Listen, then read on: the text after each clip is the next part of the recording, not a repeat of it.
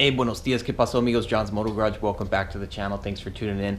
All right, I've got it right here, the classified information. What are the actual specs and numbers on the Indian Challenger horsepower and torque, what you guys have all been waiting for. We're gonna go over that. How does it compare with the Harley versus some other motorcycles out there? And ultimately, at the end of the day, why does it really not matter all that much?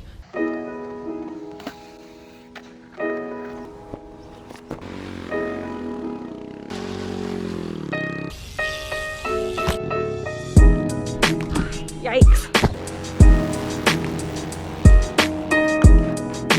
Hold on a second. Wait, what are you talking about? What do you mean it's not highly classified? Since November 4th? Cycle World? All right. No. That's cool. Yeah, I appreciate the intel, bro. All right, we'll talk to you soon. Adios. Apparently, I don't need this highly classified information. I guess back on November 4th, Cycle World got their hands on a Challenger, put it on their dyno, and already got the info that we've all been looking for. I know you guys are all totally sick of hearing about this Indian Challenger stuff, as am I, but we have to just get it out there in the open. I just did a video about it and I made a few mistakes. All right, so first of all, I made a mistake in my last video. I had things switched. I said it was 128 horsepower and 122 pound-feet of torque, and it's actually flipped, so it's 122 horsepower, 128 pound-feet of torque.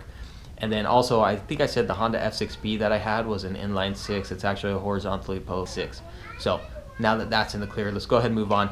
After I did the ride, I came home and did some research and found an article by Cycle World that was released on November 4th. So the information's been out there for a while.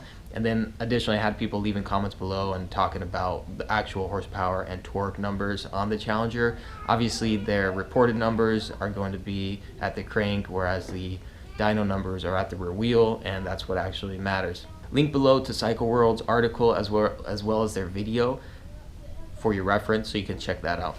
All right, so now I'm just going to read off their article. Indian claims the bike puts out 122 horsepower and 128 pound-feet of torque, but that's tested at the crank, not testing actual power output to the wheel. So they put it on their dyno and they found it to have 103.1 horsepower and 113.1 pound-feet of torque. So there are the actual numbers. Now, to my knowledge, that's industry standard.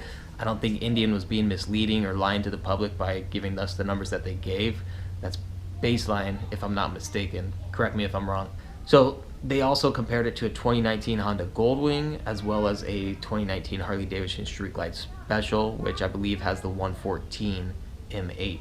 So the Goldwing had 101.44 horsepower and 106.63 pound-feet of torque, and the Street Glide Special has 80.7 horsepower and 113.63 pound-feet of torque. Now, I did some research because I was curious with the Harley VRod what those numbers were. For the VRod, horsepower was claimed to be 122 with 86 pound-feet of torque. That's per Harley. And I found on a forum, one of the dudes who seems to know what he's talking about, he said you'll probably get a lot of responses with claimed horsepower numbers, but actual HP at the rear wheel, where it counts, is in the upper 90s range after a pipe and going topless on the airbox using a PC3 to get it dialed in. My actual dyno number at the rear wheel is 108. So that's somebody who actually has the bike, did some mods, and dynoed it, and he came out to 108 rear wheel horsepower. And again, that's Harley's VRod, which is liquid cooled. I think his was an 1130cc. They also had a 1250cc, I think 2011 up on that. So smaller displacement, but liquid cooled performance V-twin. All right, so there's the numbers. Do with that what you will. Now, I said at the beginning that it really doesn't matter, and I'll be the first to admit I was one of the dudes who was hooting and hollering about the 122 horsepower and torque and all that. All along, there have been people talking about how that's at the crank, not at the wheel, and it doesn't really matter that much. Here's why it doesn't really matter. When you're looking at a motorcycle, now this isn't for everybody, but at least for me personally, when I'm looking to buy a motorcycle, I'm not looking at just horsepower, just torque.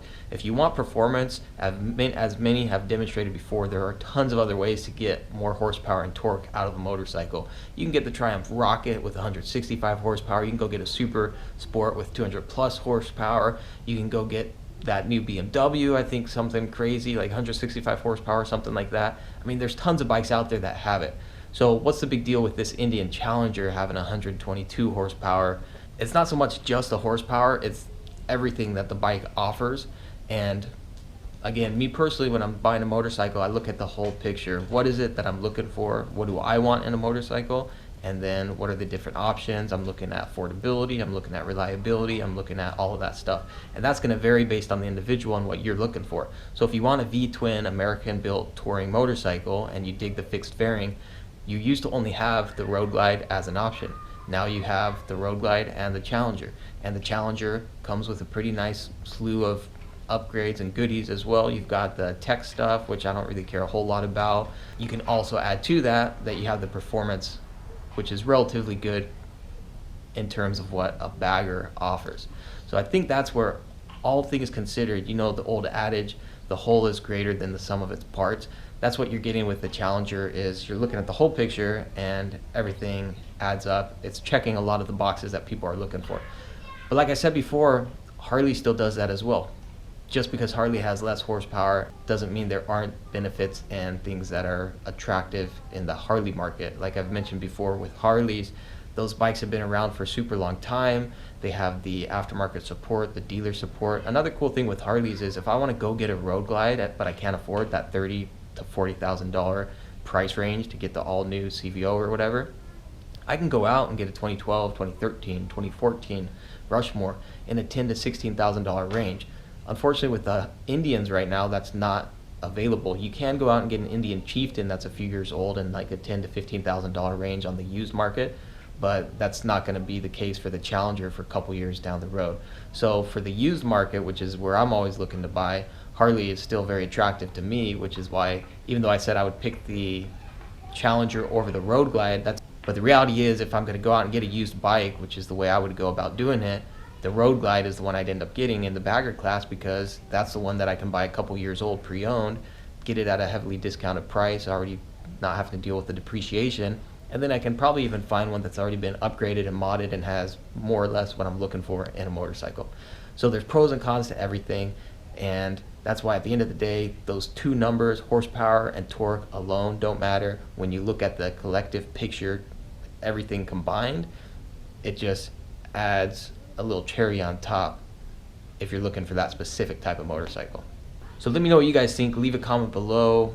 I promise after this, I'm dropping this whole Indian Challenger stuff. I didn't plan on making really any videos on it, but it's a fun bike and I got my hands on one, so I couldn't help myself. Alright guys, John's Moto Garage. If you dig the content, like and subscribe. I do appreciate the support. We'll catch you guys on the next one. Adios, nos vemos, hasta luego.